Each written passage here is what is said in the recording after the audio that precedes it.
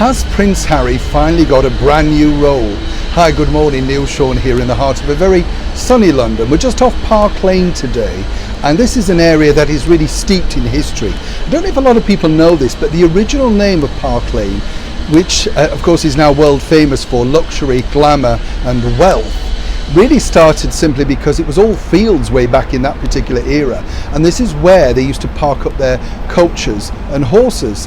Park Lane, and basically all the bigger houses were down at the lower end. I love London, it's so fascinating. Wherever you turn, there's some element of history you can always find out about. But back to your royal story today.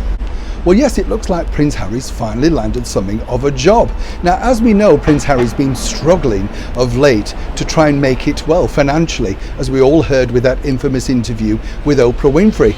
It was that bad at one point, I almost snapped open my purse and decided to donate a few pennies myself, but I held back, of course, simply when I found out that His Royal Highness Prince Charles had been funding him all along, plus the fact that he does have wealth originating from the late Queen Mother, and more importantly, of course, his late mother, Princess Diana. But back to the plot. Now, as we know, Harry and Meghan have signed a mega deal with Netflix, and earlier this week it was announced their very first, big entertainment project. Not only that, they've also managed to rope in Sir Elton John's husband, David Furnish. That'll make it go. He's apparently going to be one of the executive producers.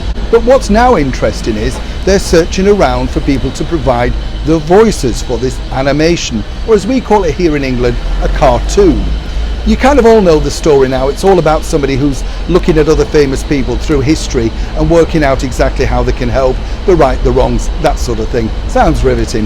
However, what's more riveting is the people that she could get to sign up to provide the voices.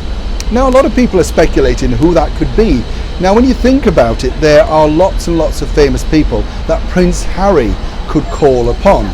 I'm not assuming Meghan will be looking back through her old Suits contact book and suggesting any of those former friends and actors provide any of the leading voices. A lot of money is on people like George Clooney, possibly even the singer Robbie Williams.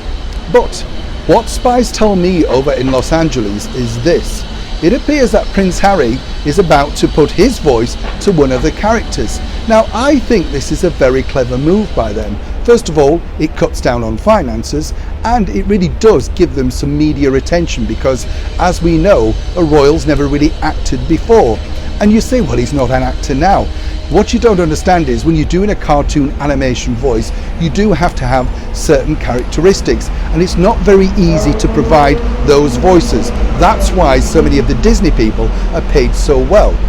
We're not sure which character Harry's going to undertake as yet, but you can imagine how that meeting went. Harry, I want you to provide a voice. Yes, dear. And the deal was done. We all look forward to seeing exactly how this project moves along, and more importantly, will it become the success that they hope it deserves to be. Neil Sean in the heart of London.